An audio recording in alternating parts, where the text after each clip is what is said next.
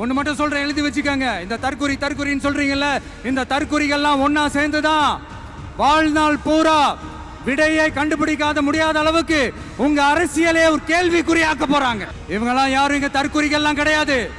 இவங்க எல்லாரும் தமிழ்நாட்டு அரசியலோட ஆச்சரியக்குறி. இவங்க எல்லாரும் தமிழ்நாட்டு அரசியலோட அந்த மாற்றத்திற்கான அறிகுறி. ஒரு ஆச்சரியமும் இல்லை. எப்போ அவங்க பாஜக காலில் விழுந்துட்டாங்களோ அப்பவே ஆச்சரியமெல்லாம் போயிடுச்சு. அதற்காகத்தான் இருக்கிறார்கள். அவர்கள் பாஜக சொல்வதை தான் கேட்கிறார்கள்.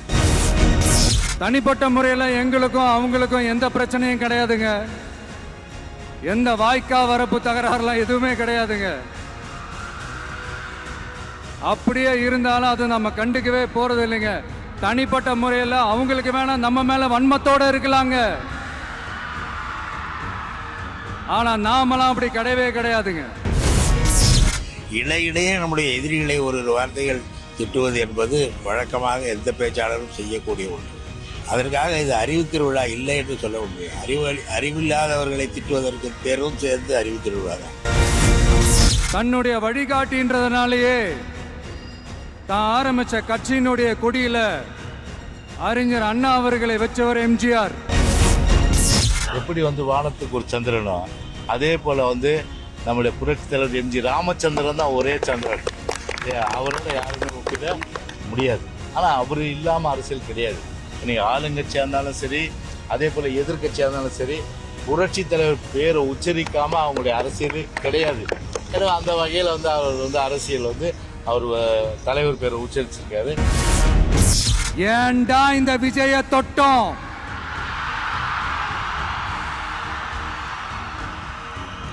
ஏண்டா விஜய் கூட இருக்கிற அந்த மக்களை தொட்டோம். நினைச்சு நினைச்சு நினைச்சு ஃபீல் பண்ண போறீங்க. ஒன்று மட்டும் தெரியுது, திமுகவினருக்கு தாவேக்கானா கொஞ்சம் ஏதோ ஒரு உறுத்தல் இருக்குங்கிறது மாத்திரம் அவர்களது பேச்சில் இருந்து தெரியும்.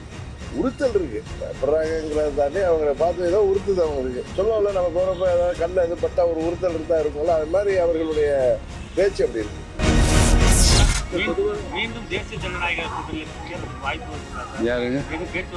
அரசியல் எதுவும் நடக்கலாம், எங்களுக்கு அந்த தனி கொள்கை இருக்கிறது. அந்த கொள்கையின் வடிவில் எங்களுக்கு வாய்ப்பு தந்தால் ஒரு 10 நாளைக்குல 5 கோடி பேருக்கு இந்த எஸ்ஏஆர் இந்த படிவத்தை கொடுத்துட முடியும்னா, நாங்கள் சாதிவாரி கணக்கெடுப்பு எடுக்க சொல்றோம்ல, அதுல என்ன 10 நாள் எடுக்க முடியறவங்களால அதையும் எடுக்க முடியாது.